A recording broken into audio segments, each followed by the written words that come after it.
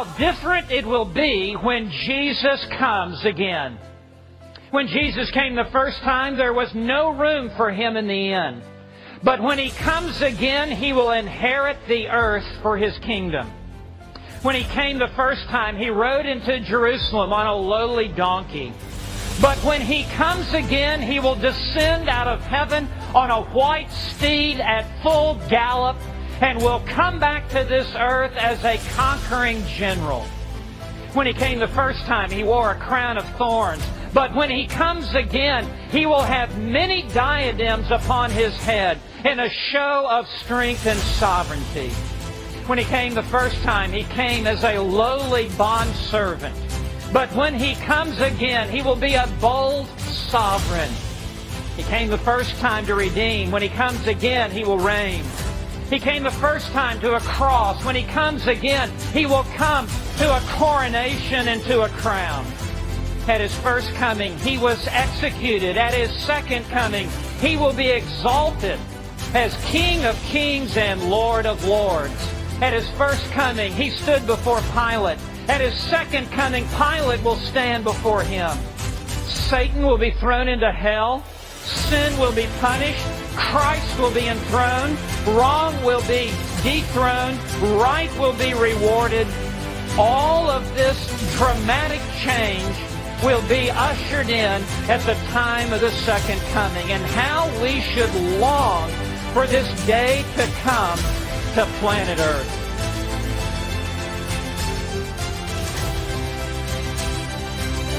We are not waiting for the second coming of Jesus Christ for the Lord to begin to reign. He is reigning this very moment at the right hand of God the Father. Hey everyone, this is Mark Ryan. Hey, the vacation is over, it looks like, right? It's been a nice vacation. Does that mean I'm coming back every week? Probably not. But it's been on my mind for a while to talk about changing world. The world is changing incredibly fast. Oh my goodness. If you watch we got Dear Woke Christian here. Glad you could tune in. We've got how do you pronounce your last name? Nikurikai. That'd be a cool way to pronounce it. But you know, the world's changing super fast. Maybe you watched the DNC, the Democratic National Convention, and you saw just all the stuff going on over there. Maybe you watched the RNC, and that was a while ago. That was like a month ago, and they were running against Joe Biden during the RNC. Well, he dropped out, and so a lot of what they said at the RNC really didn't matter. You had the Hulk Hogan there, who ripped his shirt apart at the RNC. It was very entertaining to watch. And I've been following politics for very strange because I've liked politics since I was in I remember watching George W. Bush running against Al Gore and the Hanging Chads and being very interested in that way back in the day when I was probably 10 is when I thought it was going on. We got Aaron Chalice. Hey kid, hope you're having a good day today. But how long would it would have been about 2014 or so. And I remember the discussions going on with the Republicans back then. You had Herman Cain. Yeah, I think 16. It's like 10 or 16 Republicans running against each other, debating. You had Herman Cain with his who used to be the CEO of some pizza joint, right? No, not Domino's, of some pizza place, right? Godfather Pizza or something. And he had his 5-5-5 plan on how he was gonna just overhaul the economy and everything. But that's to say about 12 years ago, politics was a lot more, especially with Republicans, a lot more intelligent, a lot more academic. And if you compare it back then to today, it's just night and day's difference. It's been dumbed down. It's a lot more emotional. It's a lot more charged with the name calling and everything. As opposed to just 12 years ago, it's night and day's difference going on there. And if you go to the DNC, well, then you have the moral decay and the downgrade right there. It's just insane to think how everything's changed in just 12 years. But you know, it's hard when you first get back on because you have no idea um, who's going to show up, how many people be on, all that good stuff. And I just randomly scheduled this today. I do want to give anyone really the chance to pop on and chat if you want. Really, about it'll be three different things. Really, we can chat about whatever, but the economy, politics, AI, kind of the future of this country. More intelligent stuff, right? So you have the really the what would you call it? A famous quote by Albert Einstein, the one of the brightest guys ever to live, right? Who would say, "Hey, the eighth wonder of the world, that is compound interest." And if you take your finance class, any finance class, really, they'll walk you through on, hey, if you save $1,000, a year for what, 10 or 20 years, you'll retire a millionaire, a multimillionaire, that kind of thing. Well, why is that? And you don't even have to, if you do it if you start when you're 10 and you go all the way up to when you're 20, 25, and you just save $1,000 a year, get some compound interest going, you'll retire a multimillionaire. That's the stuff they'll teach you in your basic finance class, right? Well, the ninth wonder of the world, and people are going to find that people are already finding this out. I'm calling it the ninth wonder. It's compound inflation. Every American's talking about inflation right now, how it is just destroying the middle class, how it's destroying the American dream, how this next generation, they're not going to be able to afford a house. Why? Really, because it's compound inflation. And what is compound inflation? Anyways, it's the debasement of the dollar. It's the rapid debasement of the dollar. And people really, they're talking about it. Every time you go to buy groceries, people are talking about this. Why? Hey, I just went to the grocery store. Someone was telling me the other day, spent 400 some bucks. Nothing special, didn't get everything on our wish list, right? But it's 400 and some bucks. Well, why is that? Large part of it is compound inflation, the debasement of the dollar. If you want to make someone into a millionaire kind of fast, if you actually really go at it, how do you do it? Compound interest. If you want to make an entire country poor pretty quickly, how do you do it? Compound inflation. And that's what we're going through. And it will destroy a middle class, I think, faster than what people could ever imagine. To be honest, why it's the ninth wonder of the world. And beyond that, hey, yeah, the beard is looking well marked. Yeah, it is back on track. If I could get it centered, that'd be even better. There we go. Yeah, it's back. I shaved, I fell away. I shaved for, once is all it takes, right? And I learned my lesson, and never again, never shaven again. Until I have s'mores and then get mad at the beard and then it's gone again. Anyways, and so again, I like to explain it this way though.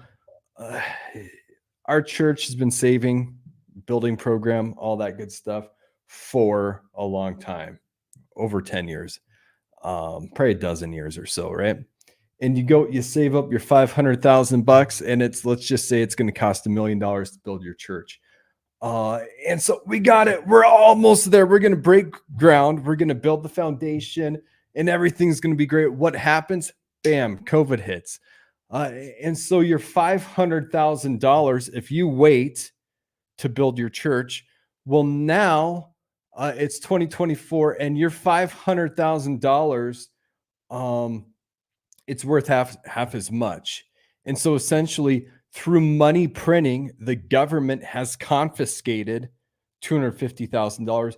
Your $500,000 has half as much buying power as it did before all that money printing, all the government stealing through money printing, or until you get arrested on a plane for the beard taking up too much room. Yeah. A lot of people have a 5-year plan. What's my 5-year plan? 5 years of growing a beard. And I have almost 1 year under my belt, so 4 more years to go. That's my 5-year plan.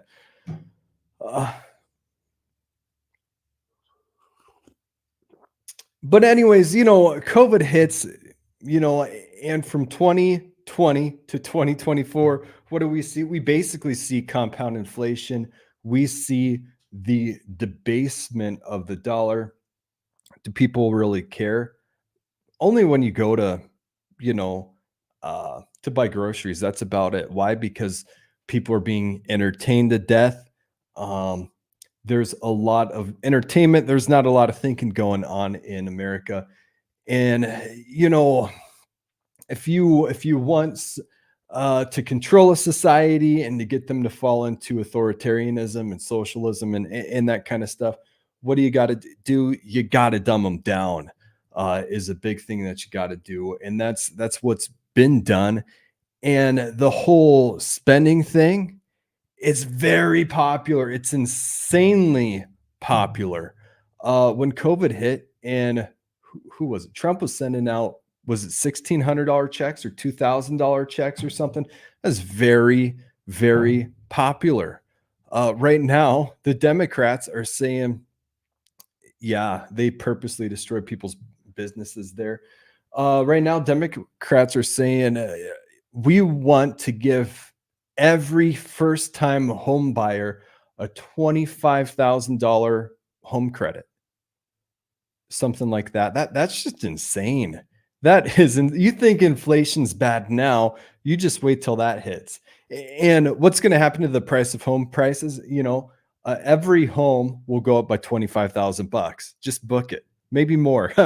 And then you got to pay taxes on it too, which the government will love that for sure. But yeah, it's bad. But hey, it's very popular. If you're one of the Gen Zers, right? We're at them now, and you hear that, yes, I want free $25,000. Yeah, give it to me. Give it to me now. And wait, the rich are paying for it. Now, I don't have to spend a penny for it because the rich are gonna, yes, I'll take it. And so I was just talking about this to someone here today. Do you think we're headed for another recession? That's a very interesting question. Lately, I've been listening to a lot of economy podcasts and all that, right? In 2020, it was the George Floyd stuff hit, and it was a lot of the woke, what do you even call it now? CRT stuff, right? And the DEI, all that stuff, my mind was just absorbing in. And right now, I'm more interested in AI, the economy, the church, and the elections. Really, those 4 things. But are we headed for another recession? Can America have another deep recession? Is the question. Because really everything in our monetary system, I would argue, changed in 2008 with the bailouts, right? And the home collapses, or whatever you want to call it, that happened there. The home bubble, homing crisis over there.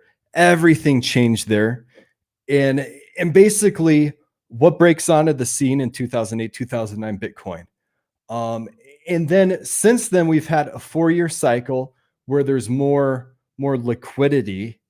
And basically the prices of Bitcoin, or of more hard assets, it skyrockets or goes bananas every 4 years.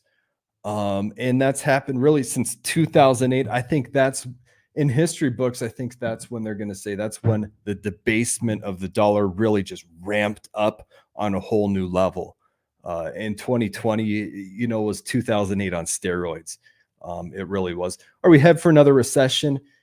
So if you listen to your economic podcast, the SOM roll was triggered, 3 weeks ago or so? And that has predicted a recession with accuracy 100% of the time. The author of this what do you call it, the author, the originator of the SOM rule came out and said, hey, I think it's a false positive. But when the SOM rule is triggered, my understanding is it's 12, maybe 18 months or so until you're actually in a recession. The government came out a few days ago and basically said, yeah, our jobs numbers were wrong by 800 and some thousand jobs. Uh, you know, those jobs don't actually exist. And so it was really funny during the State of the Union address with Joe Biden. He was bragging about how many jobs they were creating. Well, and it was about 1 million over the last year. Well, they were wrong by 800,000 jobs that don't exist out of that million. And so with the American government, it used to be you could pretty well trust generally their numbers that are coming out. If you go to communist China, you do not trust their numbers at all. If the government comes out with the number for even their census and stuff, you don't trust it.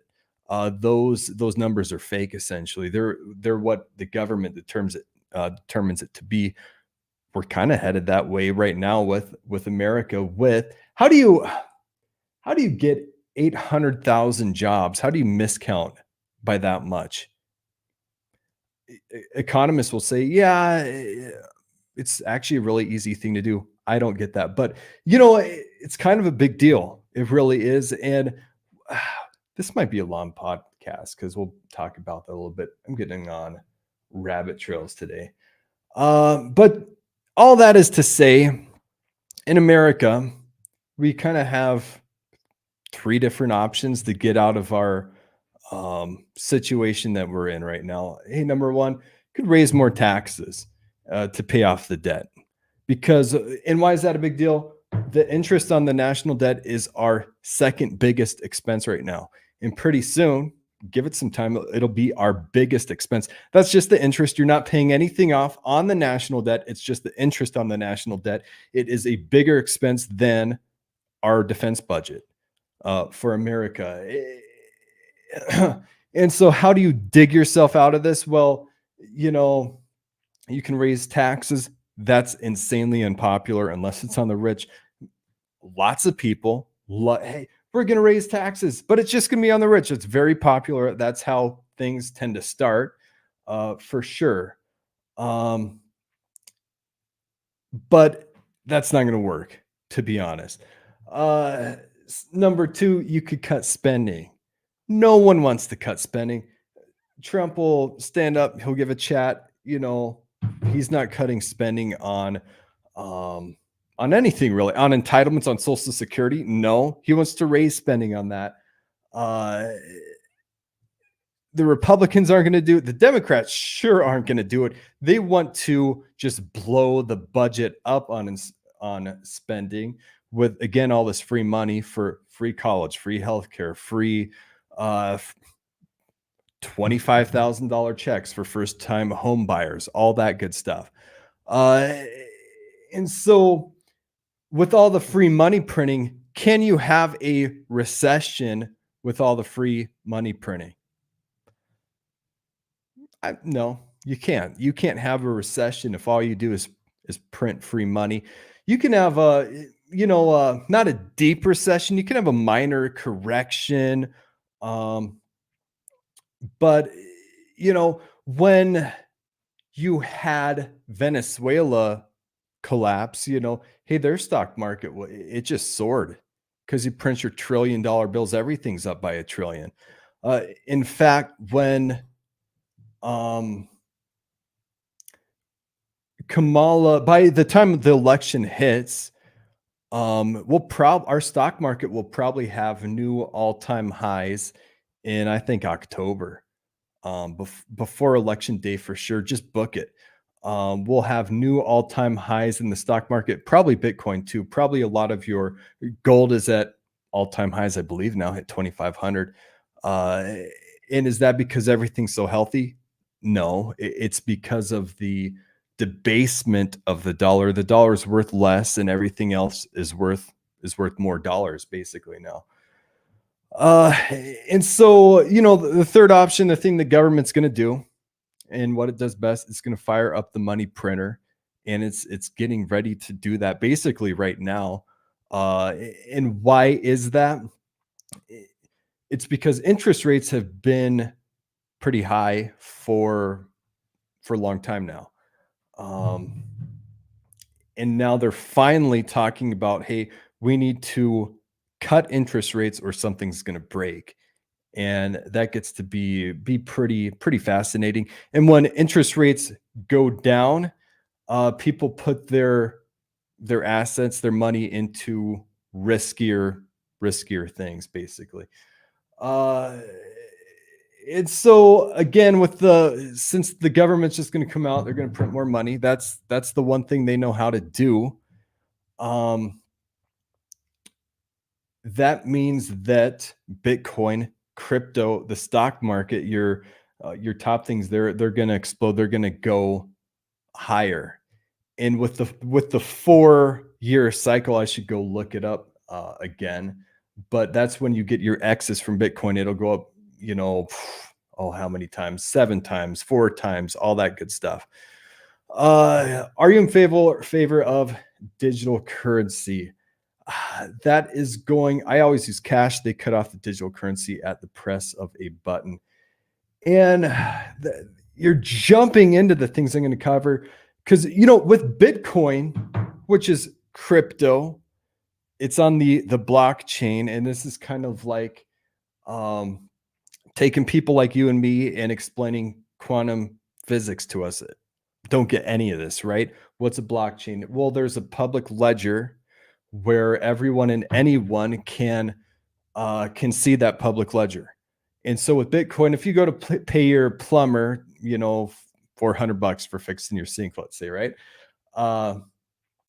You pay them using your Bitcoin wallet and address, they can go and see all the transactions you've ever made on your Bitcoin wallet from there. And so it's lacking some privacy. And that's the future, is crypto, is digital currency, really crypto on the blockchain. And it solves the double spend problem where you can't just kind of hit the copy and paste button, if that makes sense. And so in the future, things will be on the public blockchain, will be crypto. And you hear all of this more Big Brother kind of stuff, where the government is watching you, can keep track of everything that you do. That's why the future is crypto, and not cash, not Visa or MasterCard. No, the government wants to be God. It wants to know everything that you do. It wants to be everywhere. It wants to see everything. And with crypto, with Bitcoin to an extent, but more with the central bank digital currency that they want to come out with. And whatever they come out with, they won't name it that. The government's not that dumb. They'll name it something else, maybe USDC, which already exists. But with crypto, they'll be able to see every transaction that you've ever made, to whatever party that you make it to. There are some cryptos that are more private than others, like Monero. And so it'll be interesting how the government regulates that. But if the government comes out with a central bank digital currency, they could program money so that it expires whenever they want your money to expire. It expires. And it basically turns the government into God over your money. If you're part of the intersectional coalition, oh, hey, there aren't enough black farmers in Montana. So if you're a black farmer in Montana, we're creating some subsidy for you. Here's some free money. Here's some free central bank digital currency. They could give out a bunch of free money to specifically to whoever they decide that has maybe good behavior that the government likes. And they could punish bad behavior that the government dislikes as well. And so, in the future, we'll probably see a cyber attack, and we'll see a major event, and there'll be a lot more going to crypto. But I'm kind of jumping in front of everything right now, anyways. So, let's talk about Michael Saylor. He's one of the most famous Bitcoin people that there is on the planet. And what he does is he will go and he'll borrow dollars. And he's discovered kind of this infinite money glitch, is what a lot of people call it. He'll borrow American dollars. He will use it to buy Bitcoin. The value of the dollar goes down. The value of Bitcoin goes up a lot. And so then what does he turn around and do? He borrows even more money. Now he's borrowing, he's coming up with funds for $2 billion. He's buying Bitcoin with the $2 billion. And, again, the value of dollars going way down. It used to take me $100,000 to buy a house in my hometown. Now it's going to take you $300,000. And that's the debasement, the devaluing of the dollar. But with Bitcoin, there's 21 million Bitcoin. There'll never be any more. There'll never be any less. There's a lot that's been lost out there, but you can't debase Bitcoin, is the point. There's 21 million. They can't just wake up tomorrow and print another 21 million Bitcoin. That's not how it works. And so you have this infinite money glitch that's actually going on right now. And it's very funny. And it's not just constrained now to Michael Saylor and his company, MicroStrategy Company, which is just blown. It's a public stock, company, and it's just killing it. It's just killing everything. And it will be here pretty soon after the next Bitcoin cycle. But now you have other companies from other nations who are doing the same exact thing. And so let's get into AI now, though, because I find AI to be insanely interesting. We're in Montana. No one talks about AI in Montana. Why? We're uncivilized. We live in a bubble. We still ride horses everywhere. But my first job growing up was working at Radio Shack. Worked there 2005 to 2007, 8, something like that. And when I first worked there, the iPhone came out. And so what you had was the iPhone just destroyed everything. We used to sell video cameras for $350 on average. iPhone killed it. You just have it on your iPhone now. We used to sell tons of digital cameras, $200 a pop, $300 a pop. iPhone killed it. They stole the market share of video cameras. MP3 players used to be insanely popular. And you'd spend your $50, your $100. You had the Zoom. You had a lot of cool ones too. iPhone comes out, just kills it. Portable DVD players. We used to sell tons of those. You throw your DVD player in, travel within the car. And back in 2005, 6, 7, 8, that was very pop. iPhone killed it and stole all that market share because you got it all in one device now. You'd have your TomToms and your Magellans and your Garmins, your navigation devices. Well, no one uses any of those because why? iPhone killed them all. And it stole all that money, all that market share for one device. Well, now AI, it's the new Apple on steroids. And it's going to kill everything. 100 years ago, the car replaced the horse. Everyone was laughing too. They were saying the car will never replace the horse. People have been riding horses for thousands of years. The car won't do anything there. Well, we know how that played out. And now we are the horse and we're being replaced by AI. And so what you're going to find, it's very interesting. I mean, okay, let me backtrack a little bit more here too. Well, maybe not. But all your professions, your restaurant workers, you can have restaurants that are completely automated by AI now with zero humans involved. It's completely automated AI. You'll probably have one or a few people overseeing stuff, in the future, but they already have, my understanding is, a restaurant that's completely automated, start to finish AI robots, AI technology. And so AI is going to be like the iPhone, and just whatever company comes out on top on the AI is going to be number one by none. And actually, before the podcast, I looked this up. What are the top companies right now in the USA? Number one is Apple. Apple's been involved in AI. They are incorporating OpenAI into the iPhone. OpenAI was supposed to be, what would you call it? Open source, I guess, not for profit. And they kind of broke that. And then Elon Musk and who's the other guy, Sam, they had a fight over it, I guess, and all that good stuff, just in the backstory somewhere, right? But then, and you heard about Apple coming out with the Apple Car, and then they kind of gave up on it. And Apple, are they the big top dog in the AI race? No, they're not. They really aren't, but they're going to integrate it for sure in Apple products and the iPhone and all that good stuff. NVIDIA is number two. They were number one, and then they're number two, and then they were number three, and they're kind of going back and forth and stuff. What is NVIDIA? They make all of the AI chips. NVIDIA does.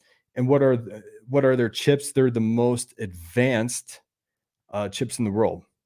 In fact, right now there's we could say a cold war going on between all these companies who are poaching each other's employees, the brightest minds of AI and this new technology in the business. All these companies are kind of have a cold war with each other, trying to steal the brightest minds from each other.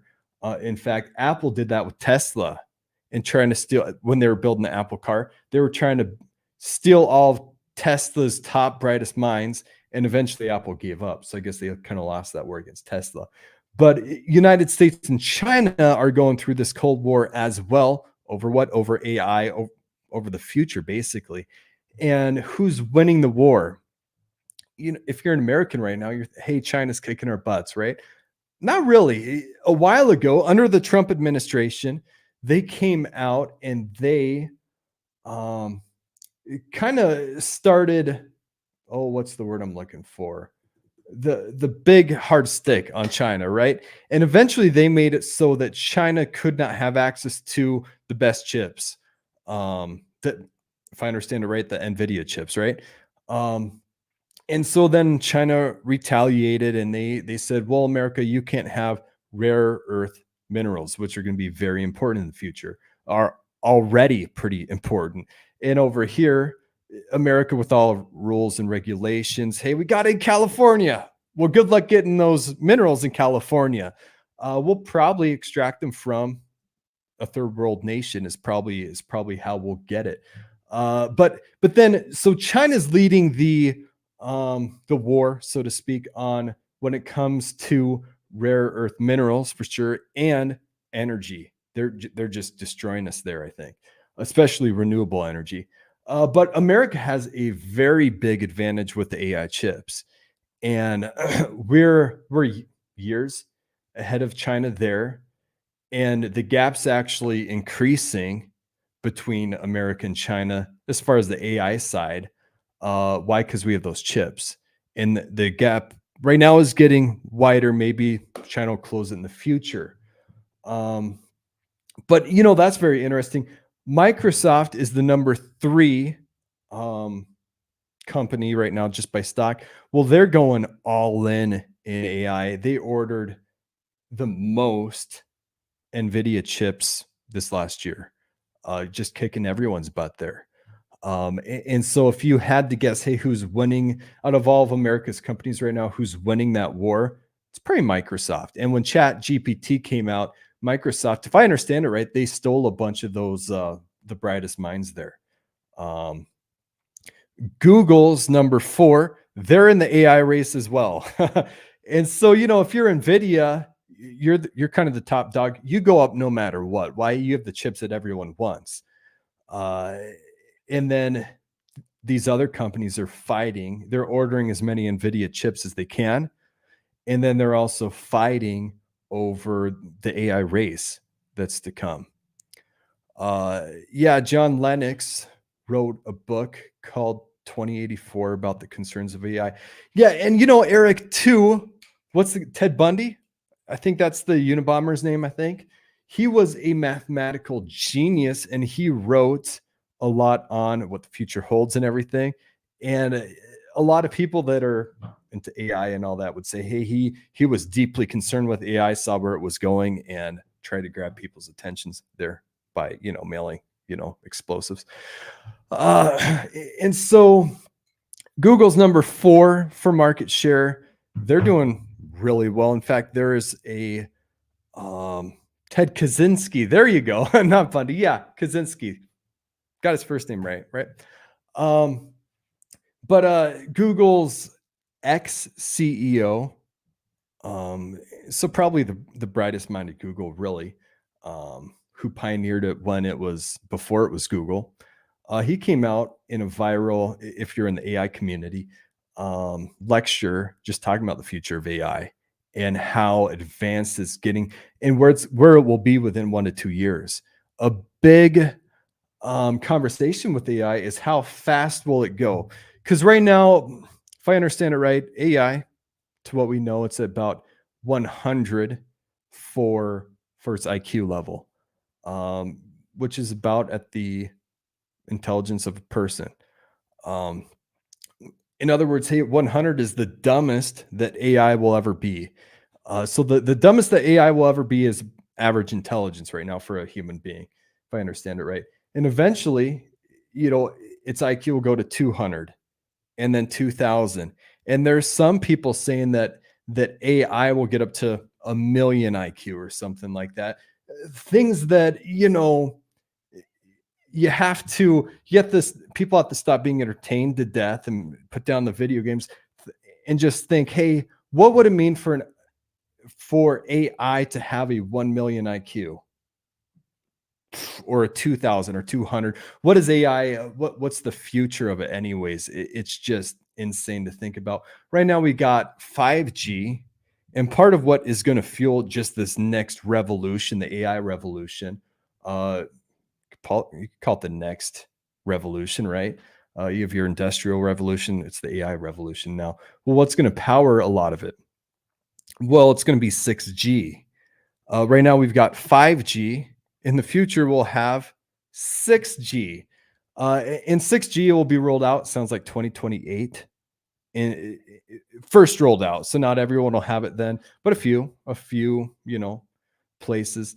And then 2030, and Montana will probably get 6G in probably 2035, 2100, because we're way behind the times. But 6G, you can download, I've read, 140 hours of Netflix per second, which is just insanely faster than what we can do right now. Some people would say 6G is going to be 50 times faster than 5G. Some people would say 8,000. I'd be happy with 100 or 500 or something, but 6G is coming out and it is going to just revolutionize everything, and it's going to fuel AI. If I had to guess, I'm guessing be connected wirelessly to 6G. And then when you think about 7G, and when it comes out, it'll probably be another 10 years because it tends to come out in 10-year intervals, I think now, for whatever reason. So probably 7G will probably come out in 2040. And just think about it, how much better than 6G it'll be. You get into quantum computing, I guess, with 7G.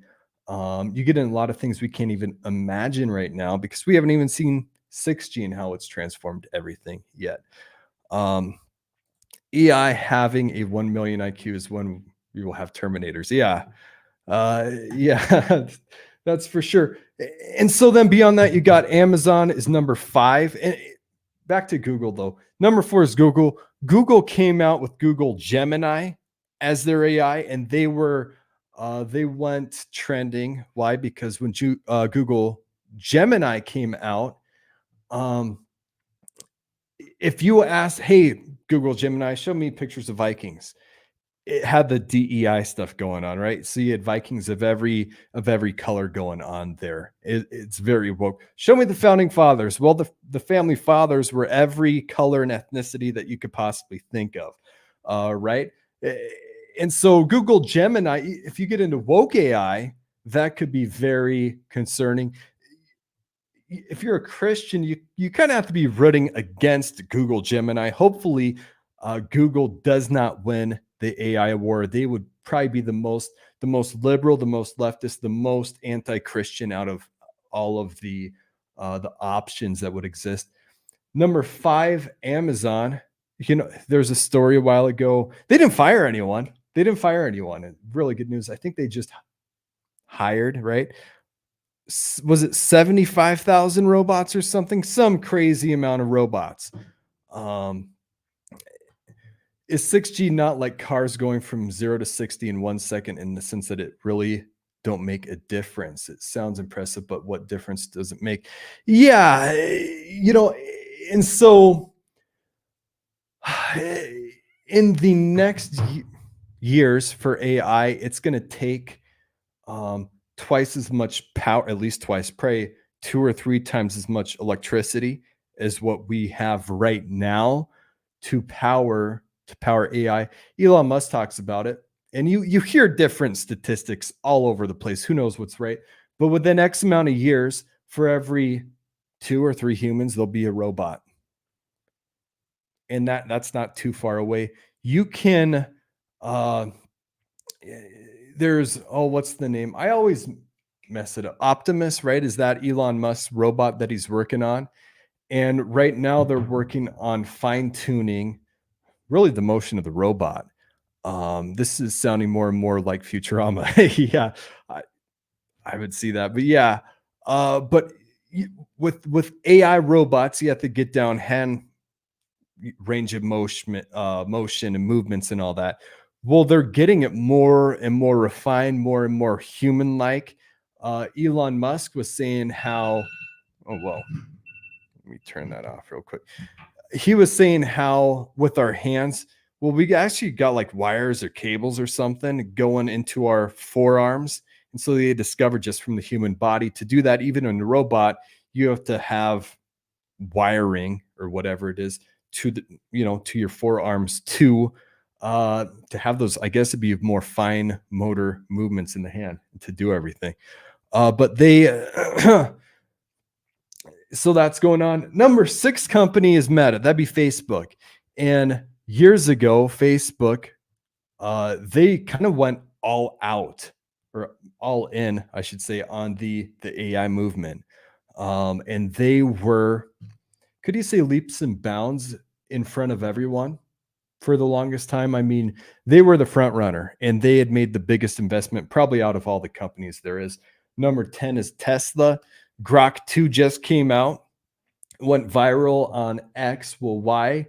Because you can go talk to Grok 2 for type in words, and it has text. What would you call it? Text to image generation. There you go. And so people were saying, hey, Grok 2, create an image for me of what? Donald Trump and Kamala Harris married. And so there's one with the baby bump and Trump and Kamala Harris, in that picture. Or Kamala Harris falling out of a coconut tree, those kind of things. And so Grok 2 just came out, really. And Elon Musk is saying Grok 3 will come out by the end of this year. And it will be the most advanced, what would you call it? It would be as advanced as the Chat GPT stuff that's going on. In other words, right now, there's a race going on between Tesla and Elon Musk and the Chat GPT 4 or 5 when it comes out. And who will be more advanced there? Well, Chat GPT was the front runner again, but Tesla might be the new winner of that. So something to keep your eye on. Again, Elon Musk talked about ordering 100,000 NVIDIA chips. And so everyone needs NVIDIA right now in this Cold War that's going on between all the companies and nations, really. And so it's really interesting with Elon Musk. If you had to root for one, you probably root for Elon Musk out of all of them, right? Why? Because he's Is he a Christian? Doesn't seem like it. No. He's professed to be the most open to Christianity, the least hostile probably out of all of them. Certainly Google would not be friendly to Christianity by any, by any means. But Elon Musk is working on what he describes as like the world's biggest supercomputer. And if I understand it right, then you would need your 100,000 NVIDIA chips, and you're going to need an insane amount of electricity and stuff going into these things, which is just crazy to think about. The new NVIDIA chips were going to be sent out here this year, but then they found a glitch or some bad thing in the chips, right? If you want to know the professional terms to everything. And so that got delayed until Q1 of 2025. But when those chips come out, there'll be a race to order as many of those things as you possibly can. Why? Because that will fuel the biggest leaps in the AI race that's going to happen. But in other words, hey, the next AI winner, whoever wins the AI race is the next Apple. They're just going to kill everything. In America, there's 3.5 million truck drivers. Hey, they could all be replaced by AI. 13.2 million restaurant workers, if Google's right? You could replace all of them with AI and have a big market share. You steal all that money, take all that money for yourself. And so if you think about it, in all the jobs that AI could replace, it's just insane. If you're a dentist, AI could never replace me. They just had an AI robot do a crown from start to finish. And there was an assistant that did the grunt work kind of stuff, the prep work or whatever that is. But the AI robot did the crown start to finish. And it's not insane to think that it could replace even more dental professionals. Paralegals will be right up there. If you're a taxi driver, good luck, because you're going to be unemployed, and it's probably sooner than you think.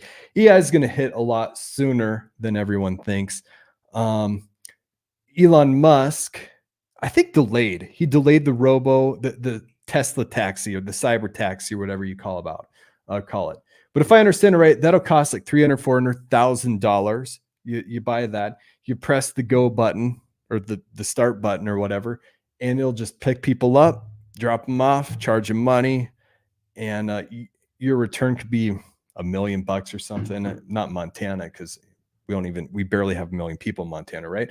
But you sleep, and the cyber taxi's picking people up, dropping them off, and so it's making you money while you're sleeping.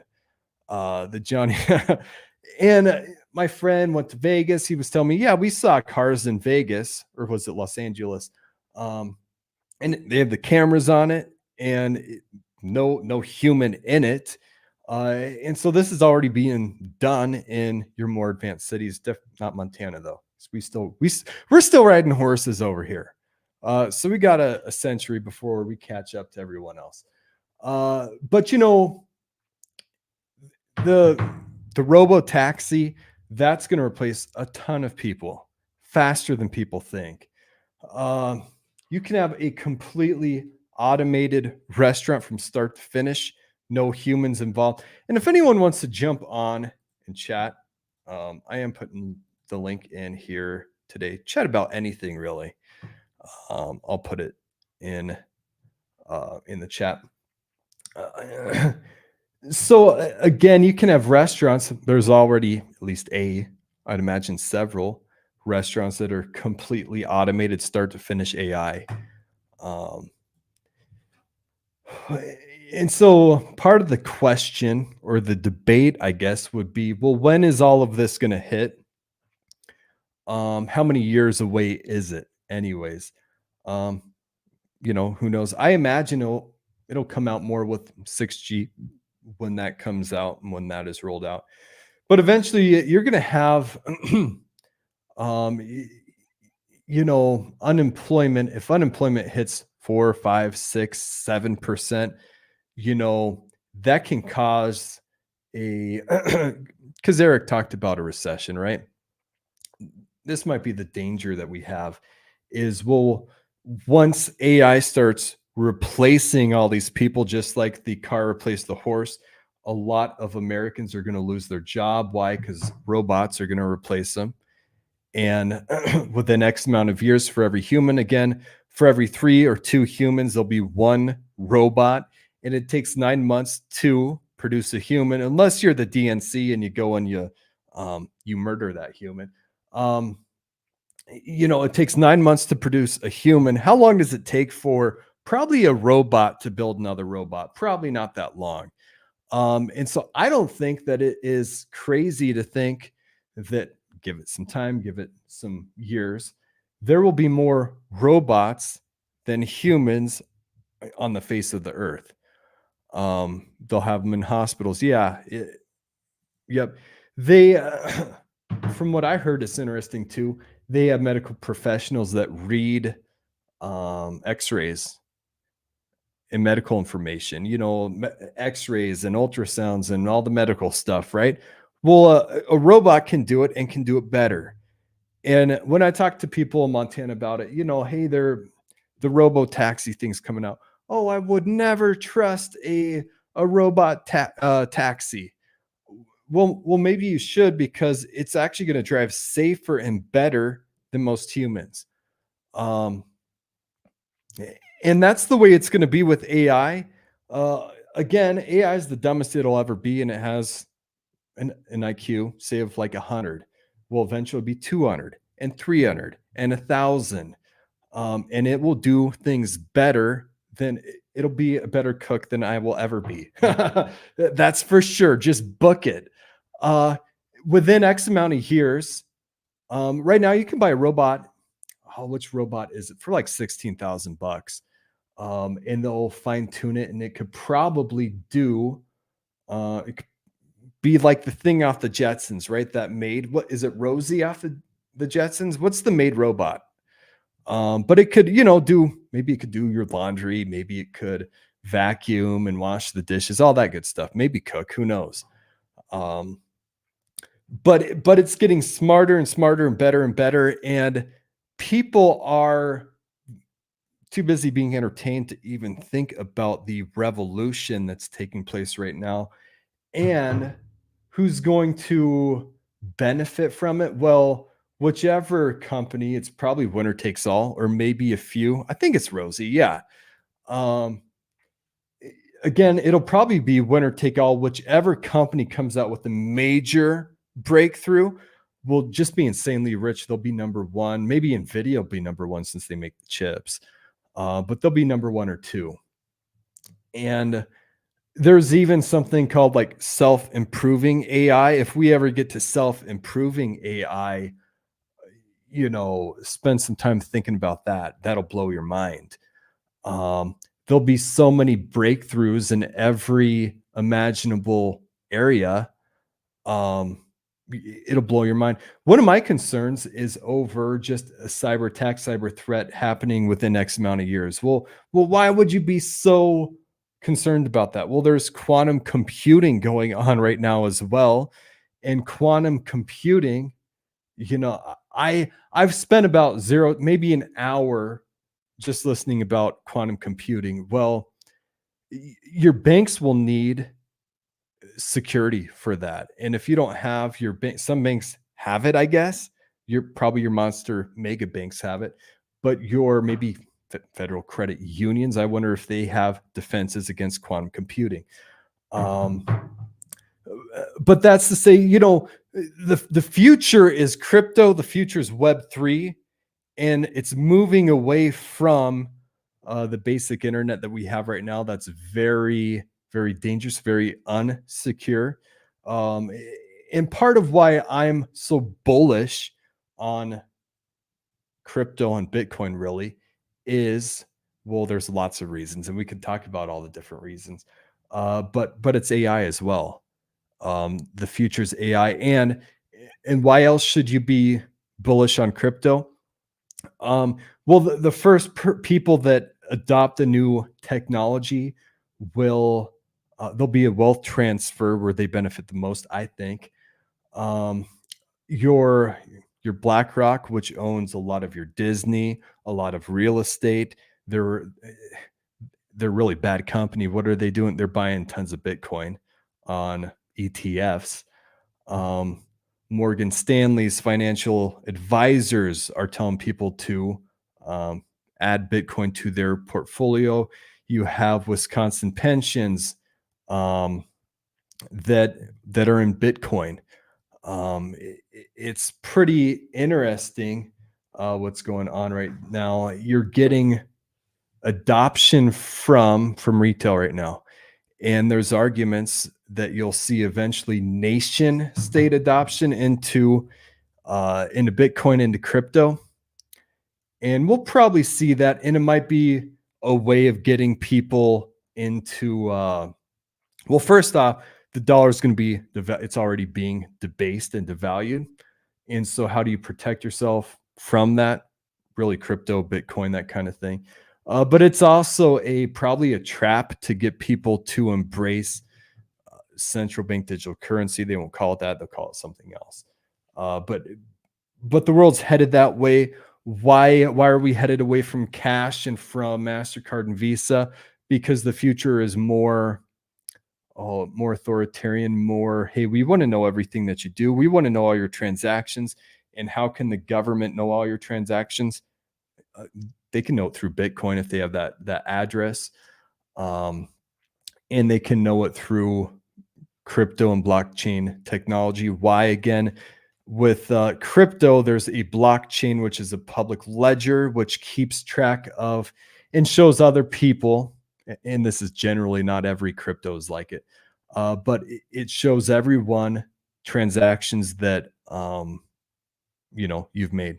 So, let's see. I'll post the link again if anyone wants to jump on and chat today. But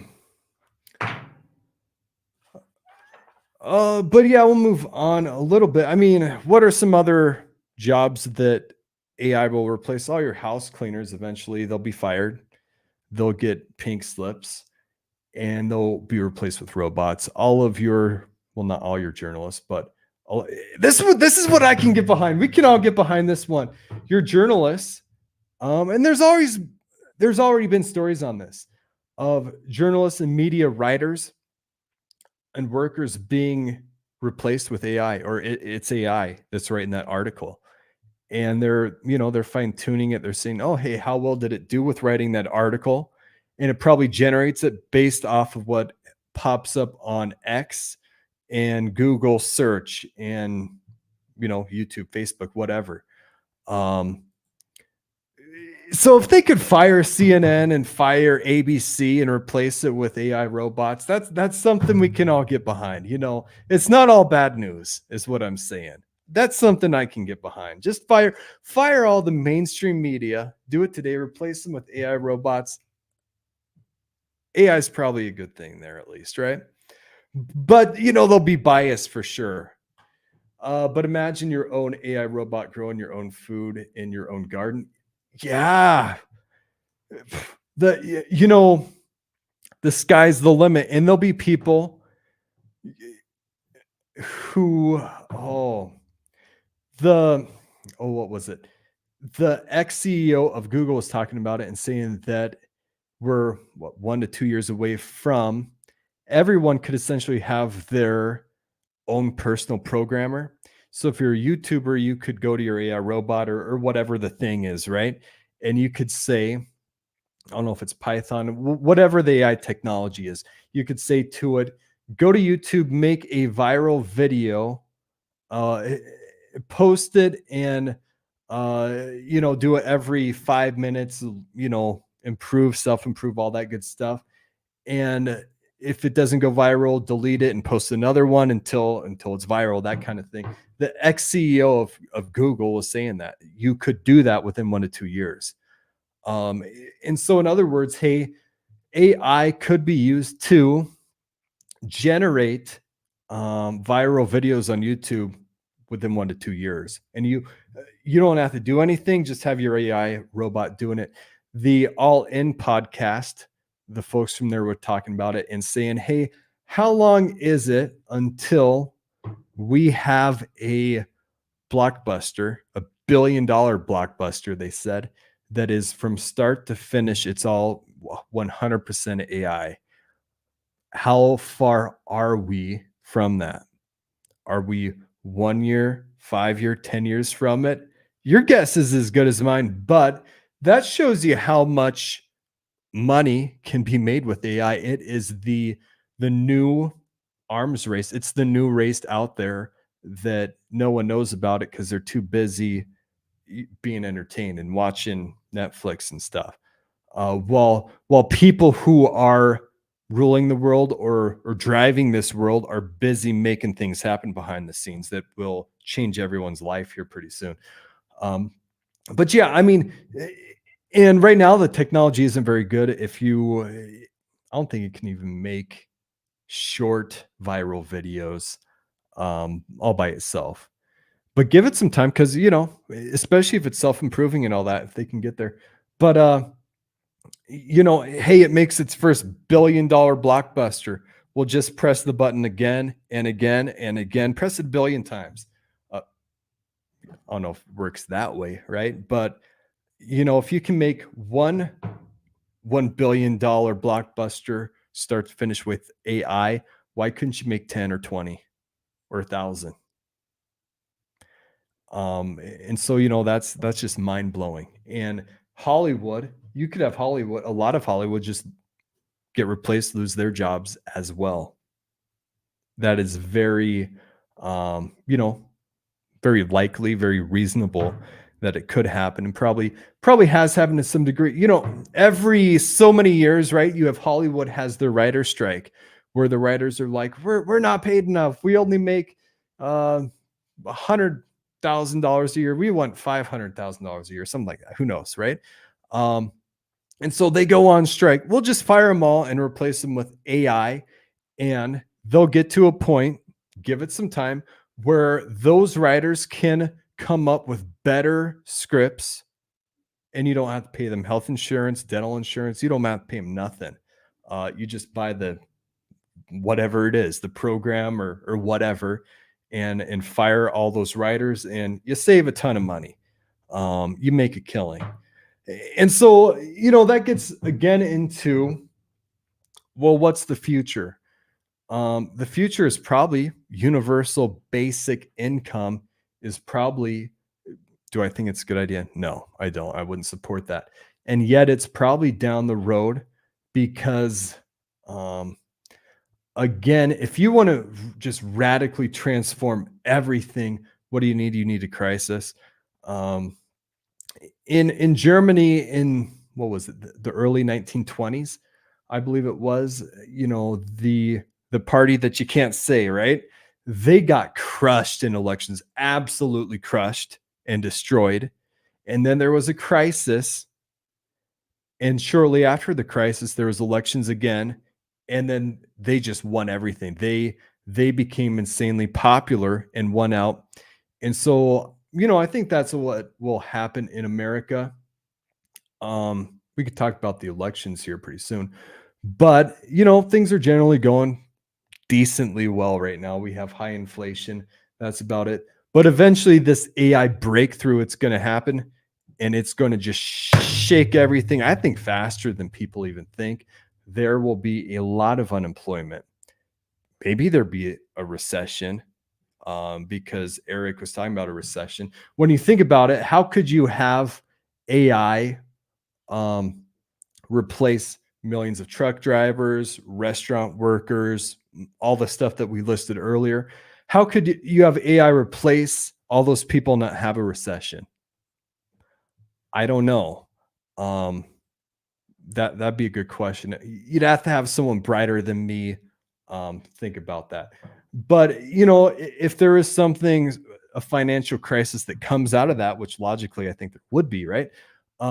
Universal basic income would be the answer that's proposed, and it'd probably be the answer that wins, especially if people are angry over, being broke. That'd be one way to do it. And, originally what Andrew Yang came out 4 years ago when he was running, right, for president, for the Democratic Party. He was talking about the AI and we need universal basic income. Why? Because AI is going to replace everyone. It's going to steal your job kind of thing. And I don't agree with UBI. I don't like UBI, but if you had to guess the future, I think that is the future. And there's been, I think it's like 100 and close to 200 UBI programs in America now that have been rolled out. And they all say the same thing. They all say it won't cause inflation. Yeah. Don't believe that, at all. Maybe you could argue that with AI, it's deflationary. Some people would argue that for sure. Without you doing all the hard work. Yeah, my dad used to plant corn and raspberries, strawberries, carrots, potatoes, a lot of stuff, tomatoes. It is a lot of hard work planting those. Everything except for potatoes. You don't have to, you just throw a potato on the ground, it'll grow forever. But you have the weed stuff. You have to make sure birds don't eat your berries and stuff, or slugs get them and all that. Gardening's hard work. It really is. But if you could have AI, garden, and it'll happen. You joke about it, but it'll happen, and it'll be better gardeners than anyone in Montana, probably. A McDonald's robot with a built-in oven delivers your door and keeps your food warm.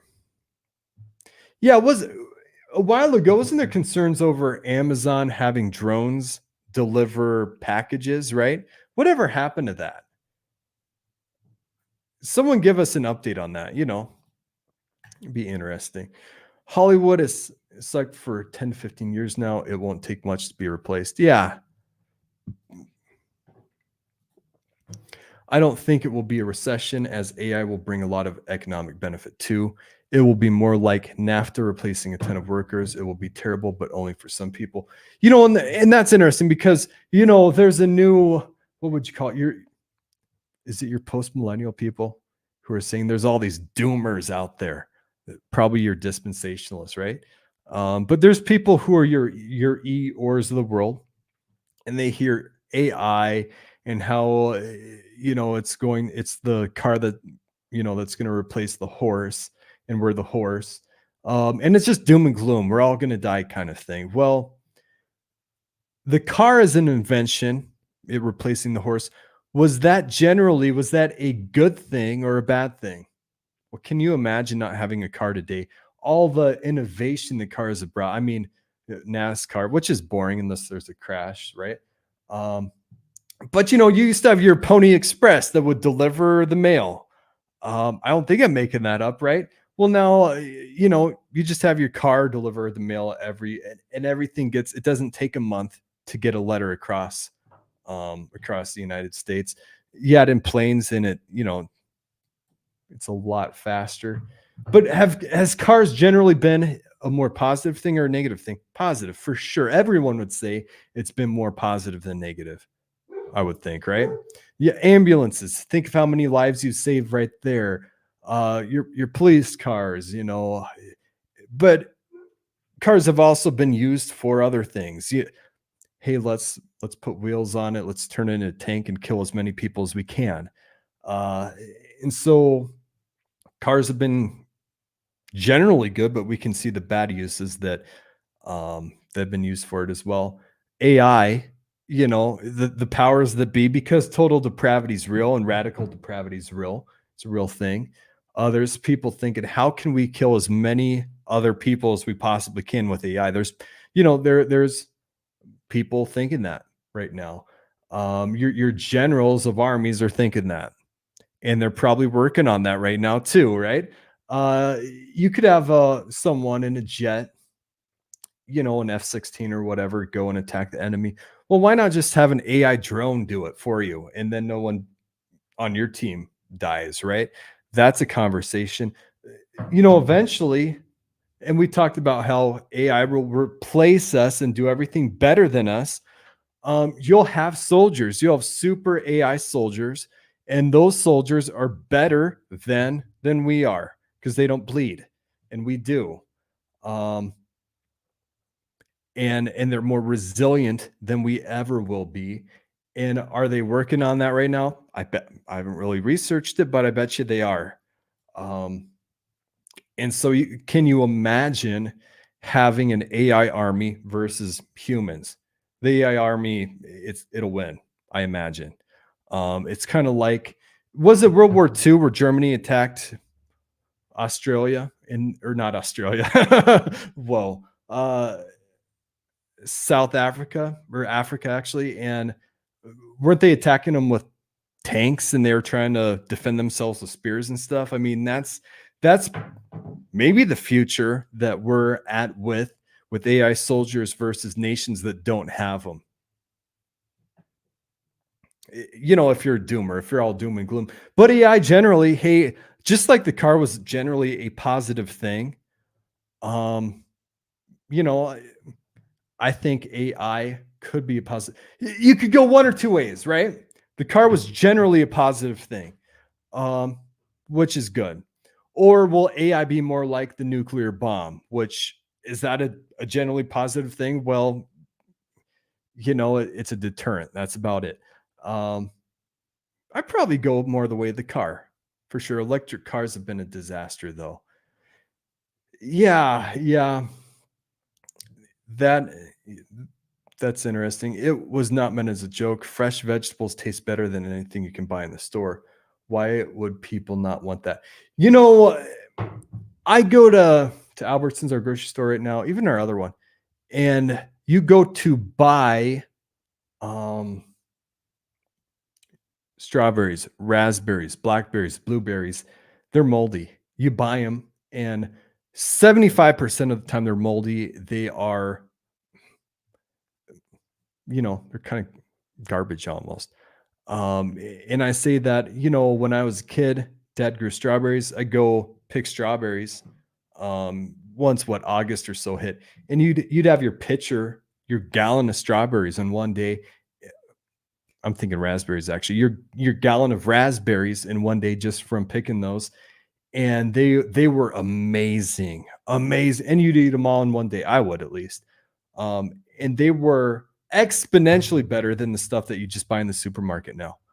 You almost have to go old school to do that. And now the Democrat Party Kamala is talking about doing price controls on food, which you have to dumb down, you know, a society for them to embrace that kind of thing. And they've done it because there's plenty of younger people thinking, man, that's such a great idea. I'll go to the grocery store and my stuff won't cost $400 anymore. It won't go up anymore. It'll just cost $400 forever.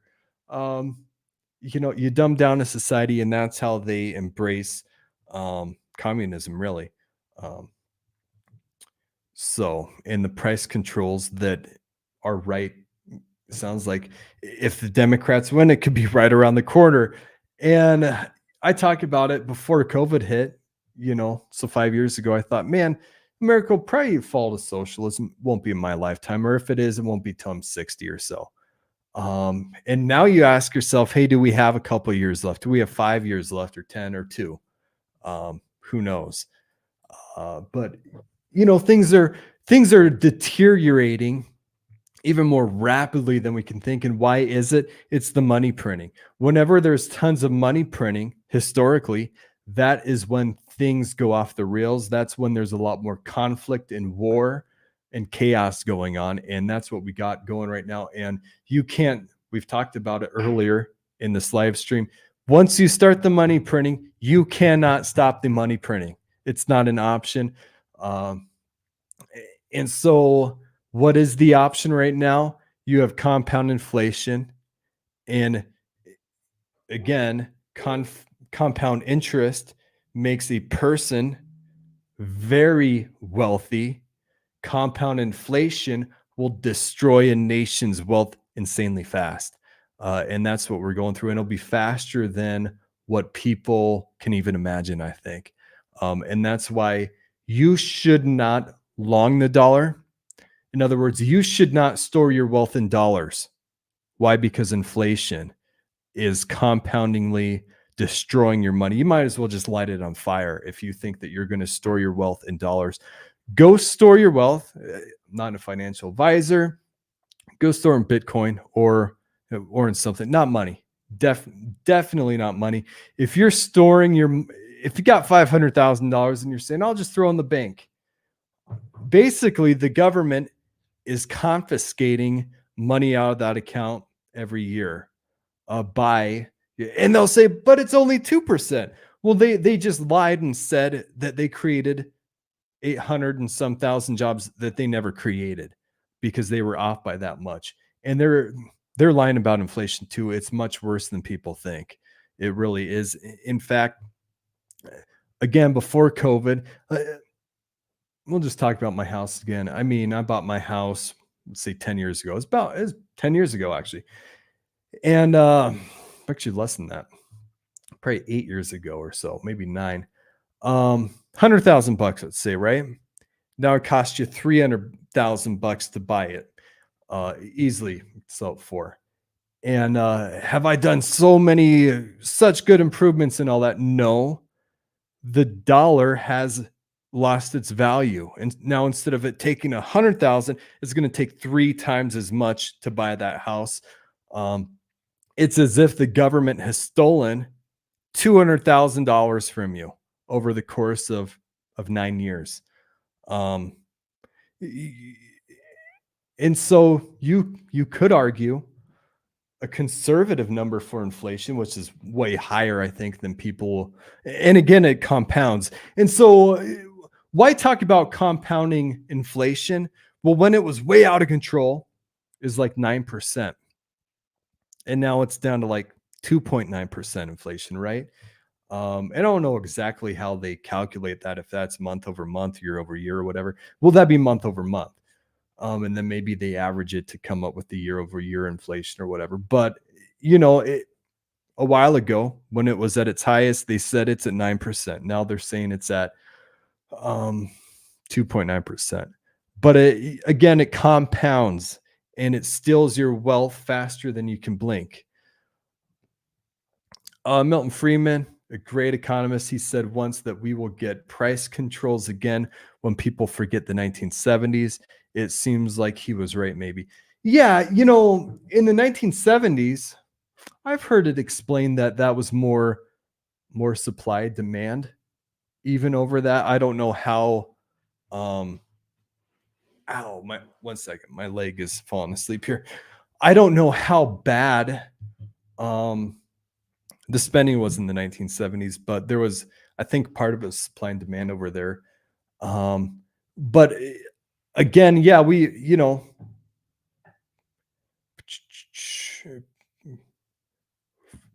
since I argue 2008, and it was under George W. Bush, who I don't think should be celebrated as a good president. I think that he was a fairly bad president, but he started the bank bailouts, I do believe, right?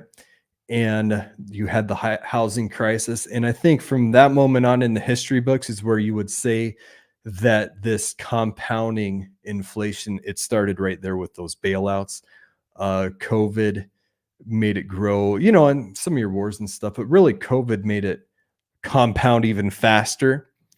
But I think there'll be a transition as the US dollar is debased and devalued and destroyed, really. There'll be a transition to crypto. And if you open your eyes and look at the headlines, where is a lot of your smart money, I guess you could call it, your investors, your mega rich people going on into? They're going into Bitcoin. What was it? I think I saw a list of 40 billionaires. I should find that. I think it's on my phone. I think it's 40 billionaires, or maybe it's a report of 40 billionaires that have Bitcoin. And so a lot of your smart people are going into it. Not all of them. There's people who would say it's a scam, or it's going to zero. Peter Schiff, case in point. But what got me started in Bitcoin anyways, there was a debate between Peter Schiff and I think it's Raoul Paul or something, not a believer, and some profanity in that debate. But they debated Bitcoin versus the dollar and everything. And I thought that Peter Schiff just got destroyed in that debate. And that's where I became more convinced than ever. And I learned a little bit before too. I mean, the foundation is there's 21 million Bitcoin, no more, no less, no matter what, essentially. And so it can't be inflated. You can't just go be like the government and print off a bunch. So I still think Kamala is just fishing for votes and will never implement price controls. Was that just to get votes? Because Mads, I got to push back on that, because I think if you look at Kamala Harris, we can shift into politics a little bit, and I'm off script. But if you shift into politics, I think when she started talking about price controls, her odds in the betting market with Wall Street, with people that have brains, started absolutely plummeting. And I think that cost votes from independents. Whereas, with your not so bright voters who price controls, that's awesome. I can finally go buy groceries and it will never cost more than $400 again. They were already going to vote for her, I think.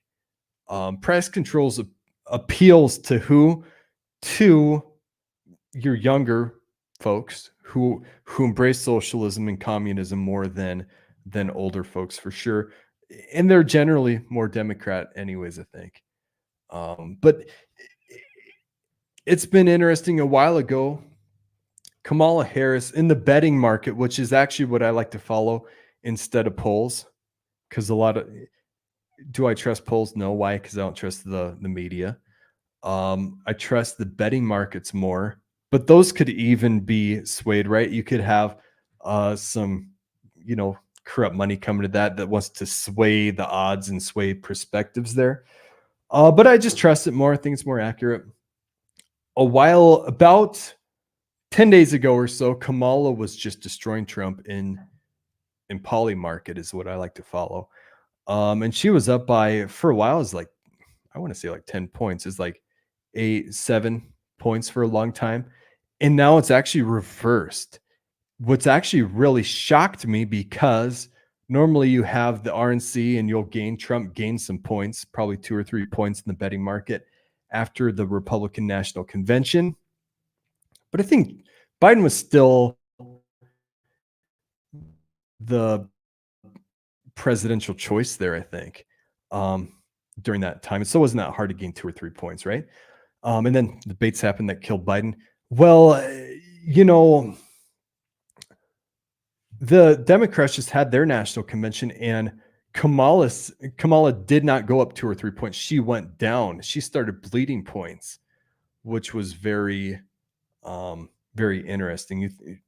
Why did she start bleeding points? Well, the most obvious answer was RFK.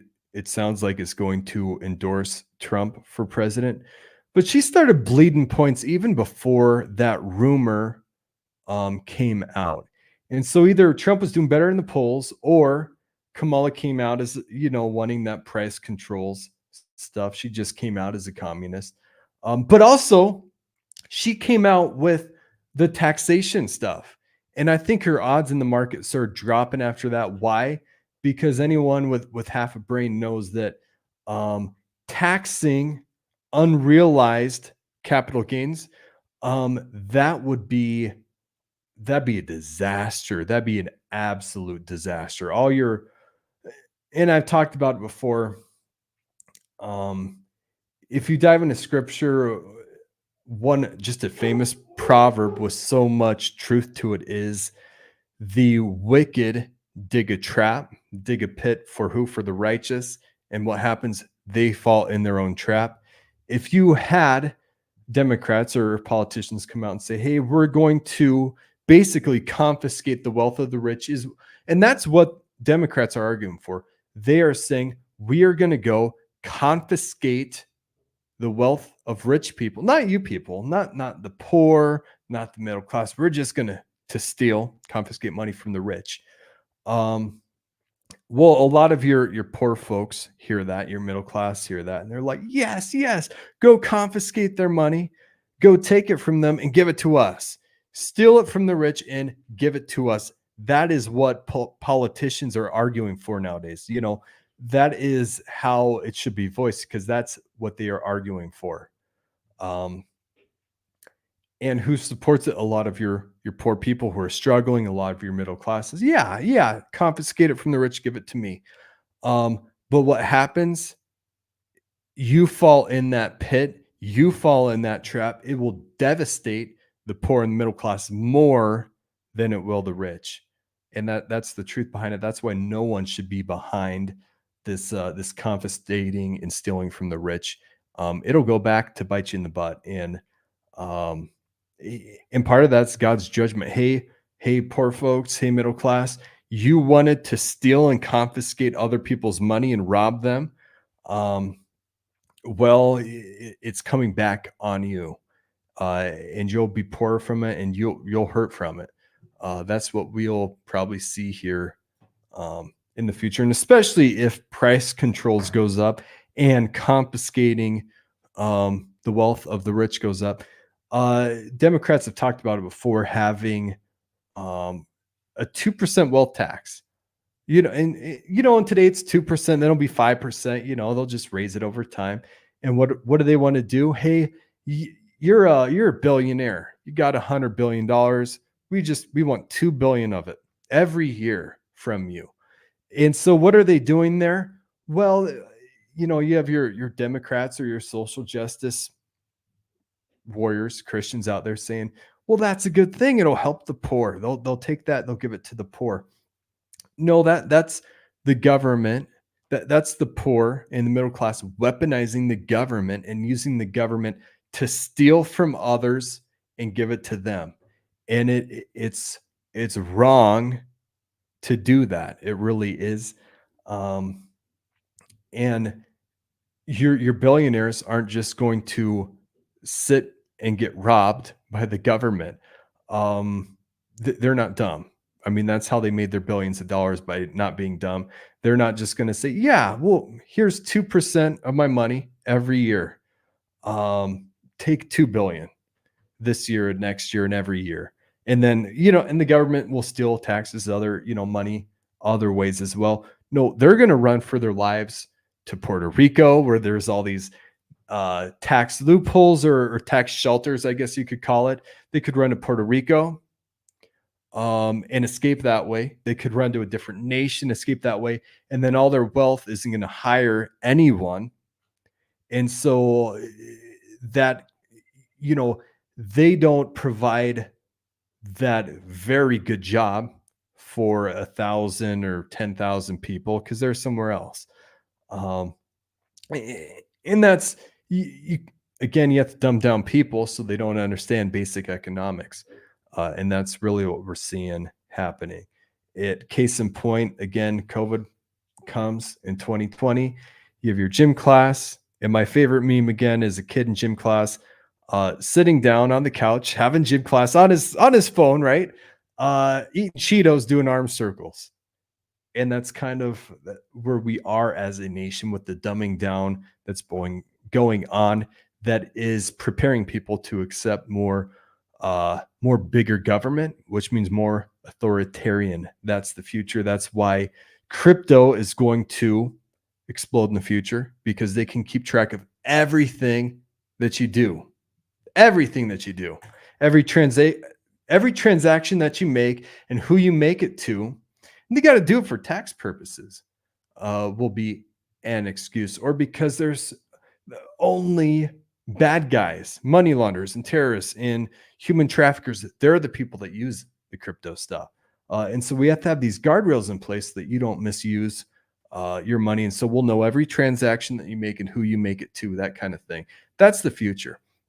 Sounds like neutral, borderline, anti-hero, Batman, Iron Man versus evil Robin Hood plot. Yeah. The rich versus the voters. Yeah. Oh, but you could argue, hey, there's some judgment going on the rich there too, who um gain their money. How did they get their money? A lot of times through corruption. Maybe that's not as common as people think, I would imagine. And it's not bad if you're rich and you say, "Hey, how can I protect my money so that the government doesn't confiscate it and steal it?" Hey, that's a good thing. That's a wise thing to do. So, with that, that's about all I want to talk about. This live stream went an hour and a half, which is longer than I was planning. Um, so beyond that, that's really all I had planned. Who's going to win the election? Let me know in the comment section. I'll paste a link to join one more time if anyone wants to jump on. But let me know in the comment section, who do you think is going to win the elections this year? Right now, basically it's a coin flip right now, a coin toss. I honestly think that Trump is the front runner now. Why? Because RFK Jr., it sounds like, is going to endorse him for president, and that'll give him a bump in the polls. Does it really matter that much? I don't know. I wonder how much it'll help him in battleground states. But Trump is the front runner. And then, how much is the powers that be? Do they hate Trump that much, or is Trump part of their plan? Who knows that? Um, Eric saying, yeah, I'll guess Trump. There's folks saying, well, there's always there could be an October surprise. And if there was, because there could be, hope you guys never get a female president. It will be a disaster. Yeah. I think that generally that would be judgment upon a people because, am I a theonomist? I don't know, probably not. But I do agree with the counsel that Jethro gave Moses. Hey, you should choose a competent man who fears God and will not accept a bribe. Those three or four qualifications, really, to be leaders of tens and hundreds and thousands, basically. I agree with that advice that Jethro gave. And I think that, well, that was for Israel at that time in that place. Okay, sure. And yet there's that advice I don't think derives from Jethro. It derives from God. And I think it just spans the age of time. It was wisdom back then, and it's wisdom today to have that kind of leaders who are competent men who, again, won't accept bribes and who fear God. I'm firmly in the not a clue camp. Yeah, and it could all change like that. There could be, we've talked about AI a bunch today, deep fakes. There could be a deep fake that comes out that shows, and it could be for anything. Who knows? Oh my goodness. And your experts, if I understand right, can't even get deep fakes right all the time. Probably because they're not robots. And robots could probably do it better than humans could, at least in the future. The leftists and them will blame the evil Zionists mutually if their candidate gets dumped. Oh, okay, let me think again real quick. We'll blame the mutually if their candidate gets dumped. Yeah. Who wins? And so, I kind of have two different thoughts. Maybe the Democrats, they just don't want to give up power, and maybe they'll just win this election, straight out. Maybe they should be the front runners. They have Hollywood. They have all the colleges. They have the media. They've got so much power behind them that maybe you could argue all the big cities where tons of people live. Hey, the mayors are all Democrats. They're all Democrat cities. And if they wanted to cheat, they probably could. They could probably figure it out somehow, I imagine. And if they're running against someone who's worse than the devil, right? Why wouldn't you cheat? Wouldn't that be a good thing? If you really believe that, shouldn't you go cheat so that the devil doesn't win? Well, they're trying to throw him in jail. And I was saying a year ago, after watching podcasts partially, they'll probably throw Trump in jail and he'll win and he'll be president from jail. The Democrat debate is September 10th. And if you had to guess, hey, who's going to do better in the debate? It'll probably be Trump will do better than Kamala. That's because every time that Kamala Harris opens her mouth, it's just not, it's not good. She goes down in the polls, essentially. So Trump will probably do better in the debate, but he has a court hearing for September 18th. It sounds like that could be delayed until after the election. But Trump could be elected, and even if that court hearing is sentencing really is delayed, they could throw him in prison for 1 to 4 years or whatever. And that would be so interesting. And would that shock you coming from Democrats? It wouldn't shock me if they did that at all. Nothing shocks me. Nothing shocks me anymore, right? And Kamala won't be a debate disaster, though, not like Biden. Biden set such a low bar. Maybe you could argue that Kamala wouldn't be a debate disaster. I don't know. People are familiar with Trump and know Trump, but I'm just making up stuff, right? A lot of people don't even know who Kamala Harris is. And if, you had people on the streets in your big towns and stuff, big cities, hey, who's Kamala Harris anyways? A lot of them would not be able to tell you who she is. And so if Trump can paint Kamala Harris as just very radical in how her ideas, and maybe you don't do that through debate, maybe you do through political attack ads and stuff, right? But that if we have an October surprise, it makes perfect sense to me how, or maybe a September surprise, Kamala Harris replacing Joe Biden as president before the elections. That sounds completely possible to me. In fact, there's a betting market for it too, even, I'm sure. And I bet it's probably 90% would say no, 10% would probably say yes. So maybe there's a 10% chance that Kamala Harris will be president by election day. And why would Democrats do that? I think they would do that because that would give her an advantage. An incumbent president always has an advantage in an election. It would increase her name ID because, again, Americans have been so dumbed down that a big chunk of Americans, voting age Americans, don't even know who Kamala Harris is. Well, if she becomes president, then hopefully they would know who she is. No guarantees there either, though. Wonder why people don't put blame on the Jesuits or Freemasons. Yeah, I don't follow a lot of that.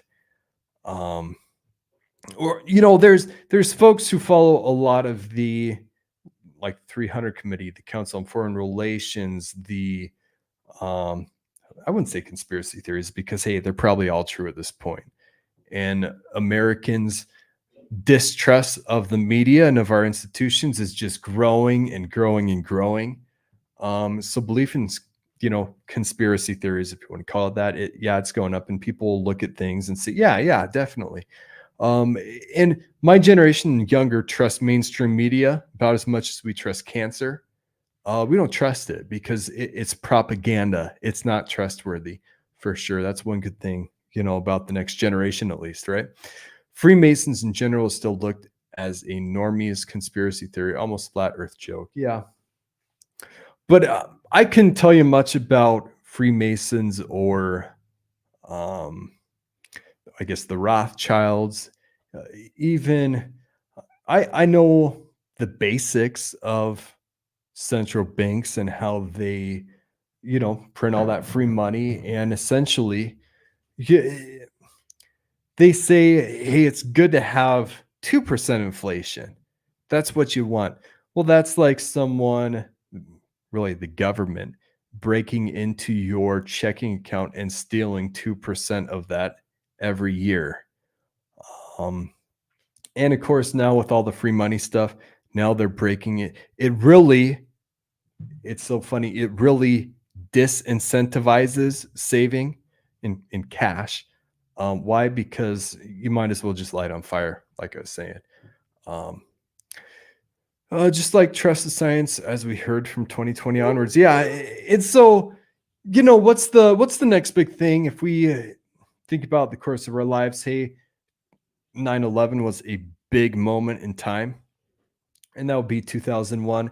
Your next big moment in time would probably be the housing bubble, the bank bailouts in what 2008 or so, and then your next biggest thing would be 2020 COVID.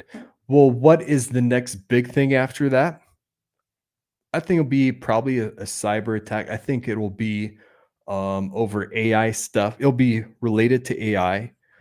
Um, that's the next big thing, and it'll be probably money related for sure.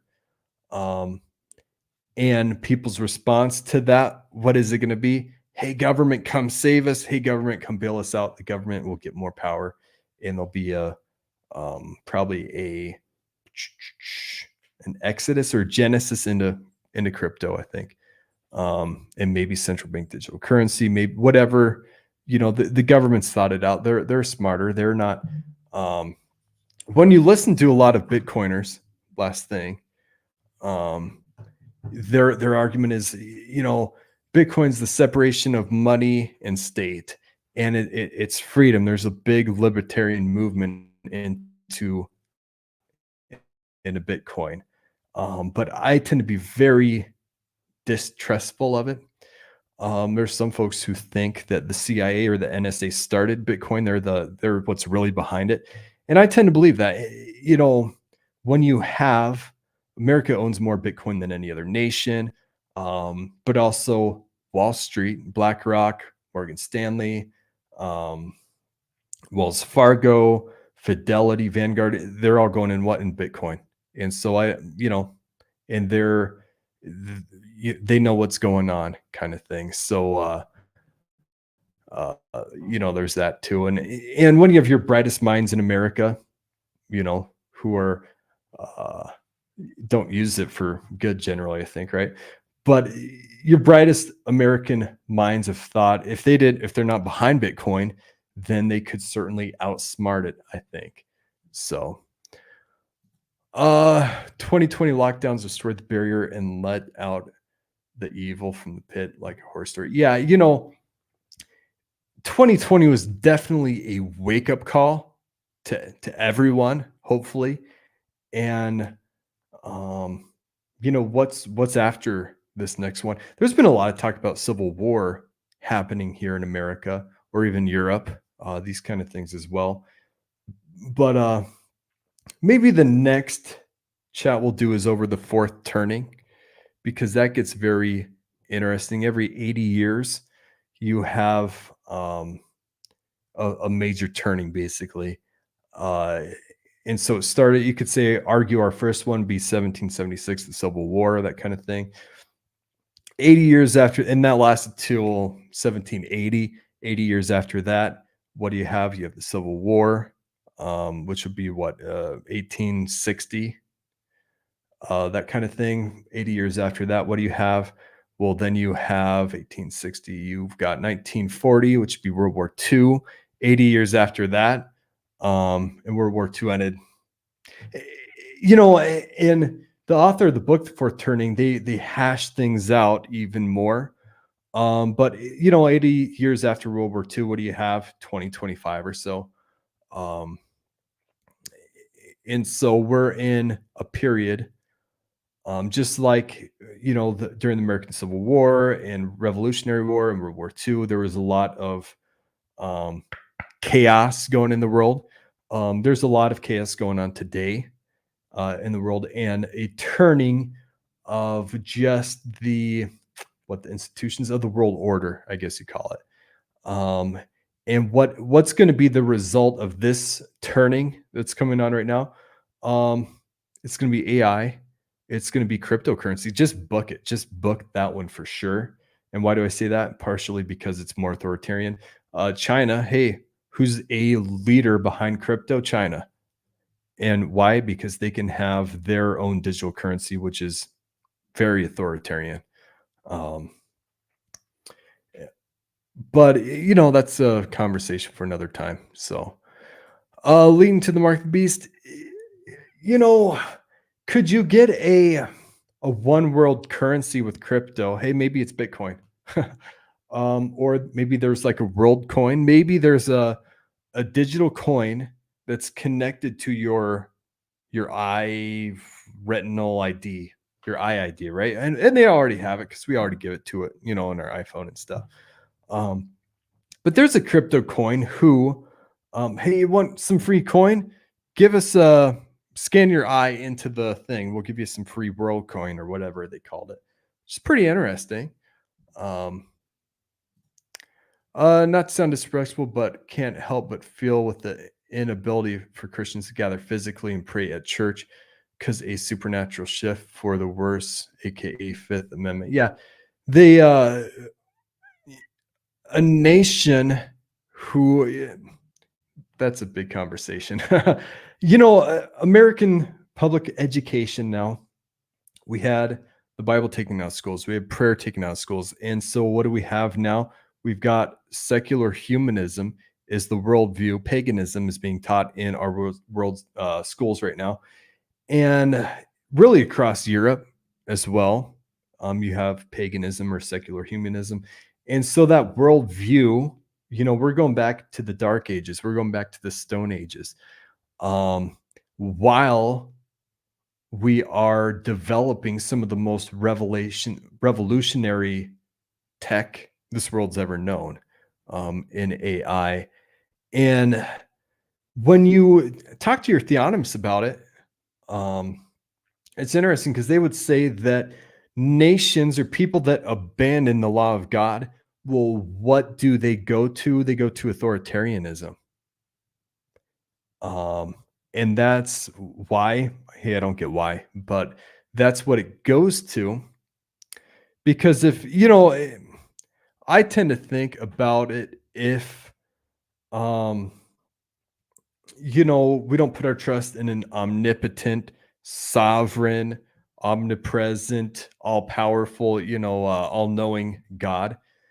Well, then who do you turn to instead? You're still religious. You turn to the government, and you hope the government's all-powerful, can fix all your problems, is all-knowing, all-present, all those kind of things. Take all the attributes of God and attribute it to the government. And it's going to be authoritarian, and because radical depravity is a thing, and because radical depravity is a thing, we are immoral inability is a thing. Mankind is not capable of ushering in the perfect kingdom. Only Jesus Christ can do that. And you're turning to fallen government to take care of your needs. Well, it's going to be godless and wicked, and it's going to oppress you, kind of thing. Tech is getting smarter. People are getting dumber. Yeah. In reference to the 2020 lockdown effects. But yeah, we saw 2020, how it was an assault on all of our constitutional rights. The First Amendment, the freedom of the press. You could not say that there was any interference going on with any of the stuff, right? Because they'd censor that.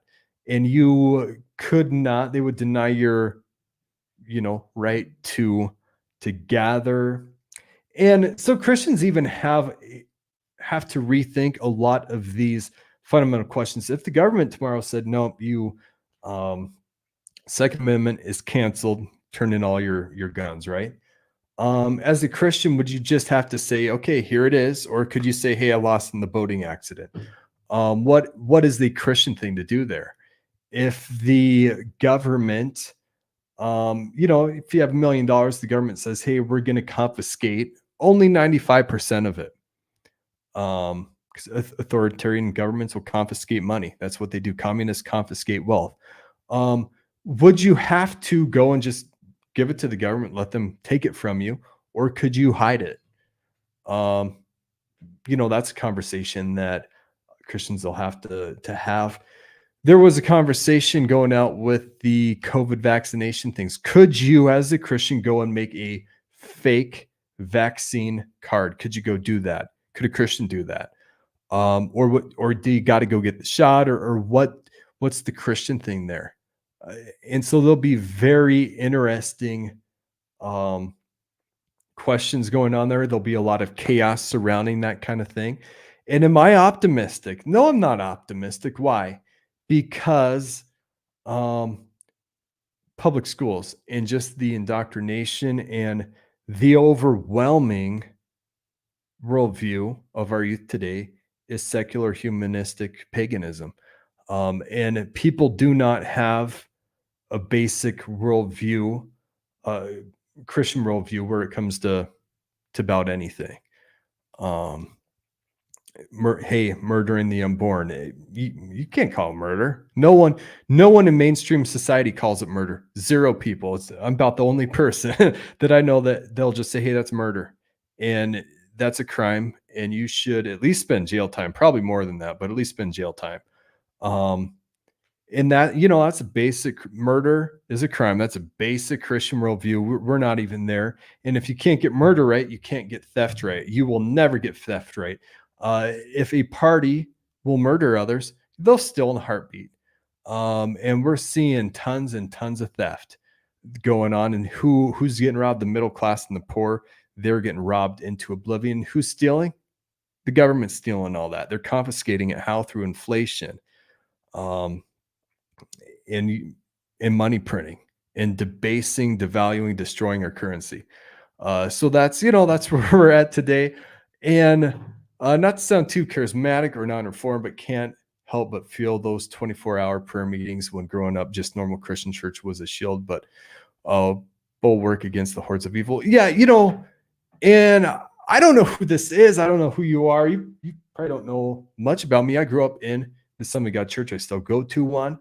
And I remember that fundamentalism, but 3-hour church meetings with tons of prayer and a lot of, what would you call it? I guess you could call it going to church a ton. Be in church Sunday morning, Sunday night. There'd be times where we go to church at 7 at night and be there till midnight. And I don't believe in a lot of the, what would you call it? The crazy charismatic or Pentecostal stuff. I don't. But we had a pastor when I was a kid whose attitude was, church doesn't get done at 12. It gets done when God is done dealing with his people. And he relied on the Holy Spirit to hey, we're going to preach out the Bible. The Holy Spirit's going to do a work in the people. And it's not just a, hey, church gets out at 12 kind of thing. We spent tons of time at church. I would pull out my hair because I was in church so much. I'd count ceiling tiles. I would count dots on the carpet. I would count people who were in the pews. You got to do your church counting. And it's because I was bored out of my mind. Why? Because our pastor preached for an hour most of the time. He would never stop talking, kind of like me. This is a 2-hour live stream. Yeah. Whoa. But now you go to church and the intellectualism has been gutted. It has been absolutely gutted out of the church. You think that people in America, the youth have been dumbed down. People within the American church have been dumbed down. The seeker-sensitive movement in the church has really dumbed down the church. Really dumbed it down. Why? The sermon has to be 20 minutes. It's going to be pretty entertaining too. It's got to be fun. It's got to be really fun. And do we really have to dig into the Bible, dig into it and see what the Bible says and all that? Well, that's no. Nope, you need your 3-point sermon, that's mostly the pastor's thoughts with some Bible verses sprinkled in and all that. So there's that as well. Back in the 90s and 2000s, a lot of memories of prayer meetings, Bible studies. Yeah, yep. And what's happened to churches in the last since I was a kid, since the 90s, really. Do any churches have Sunday evening services anymore? My town, I think there's one church, maybe two, if I had to guess, maybe two churches have Sunday evening services. And a lot of that's been replaced with small groups, good or bad. But the congregation of, believers getting together Sunday nights really does not happen in churches anymore. So that community's kind of dried up. And then it used to be every Monday, we'd have youth group on Mondays. It used to be every Wednesday, you'd have more of your catechizing, if you want to call it that, as well. And that's gone from a lot of churches too now. But yeah. From my area, the Benny Hinn's, Hillsongs, and mega churches excommunical apostasy destroyed a lot of the foundations. Yeah, I remember going to a Benny Hinn concert or crusade, actually. Why? Because again, I grew up in the Assembly of God. In the Assembly of God, everyone believed in Benny Hinn back in the day, and now it's probably split. To be honest, now why? Because of YouTube. YouTube's exposed a lot of that stuff. But I went and I had family who were really big Benny Hinn believers. And you also go and you have everyone, I think, at the back of their mind is thinking, hey, is this guy legit? Is he crazy or, a man of God kind of thing? And you go and he preached when I went. This would have been when I was probably a teenager, maybe 13 or so. He preached basically saying God wants to heal everyone. He pointed narratives in scripture, biggest pet peeve now, narratives in scripture where Jesus Christ healed everyone. The text will say Jesus Christ healed everyone, all were healed, something like that. And he points to 2, 3, maybe 4 texts like that, or 5. There might be quite a bit in scripture. I'd have to go check it out again. And so he would say, yeah, and it's the same today. And so God wants to heal everyone here today. And so if you need healing, then come on down. And so then everyone, come on down and all that. But, and this would have been probably 2005, probably about 20 years ago. So it's probably about 14 or so. But in the back of my mind, I was thinking, well, hey, what about the gospel? He led people in the sinner's prayer. And since he led people in the sinner's prayer, he's got to be legit. And since he talked about Jesus and led people in the sinner's prayer, he's a good teacher. That's what I left believing when I was, 13, 14, 15, something like that. And again, am I optimistic about America? Not short term. The church, not short term. Why? Because it's really been dumbed down. And a lot of youth, hey, you're a Christian. How do you know you're a Christian? Well, I said the prayer and I was baptized. And so I know I'm a Christian, that kind of thing. But with that, I'll give another moment for comments. Maybe we'll make it to 2 hours, a longer stream. I really should start YouTubing again and making it a regular thing because it's really hard to get going and even get a crowd and stuff unless you do it regularly as opposed to just once every 4 months or so. Like it's the first live stream in probably 3 or 4 months. I could do more. I don't know. I don't really feel like there's a bunch that I want to cover. I probably said it all today. But again, I'm emoting, right? The church a while ago, hey, everything was about the woke movement, CRT, and all of that. And it's changed a bit, maybe to more theonomy and Christian nationalism is more of the conversation right now. But I really think that Christians should be thinking about money, the economy, AI, those kind of things, and how that will impact our future, because it's going to be more impactful than the car replacing the horse. It'll be more impactful than arguably the internet. I would argue probably more. intersect the internet, but arguably AI is more impactful than the internet too. So with that, I got to make it 20 more seconds. It'll be a 2-hour live stream, and we'll call it a day.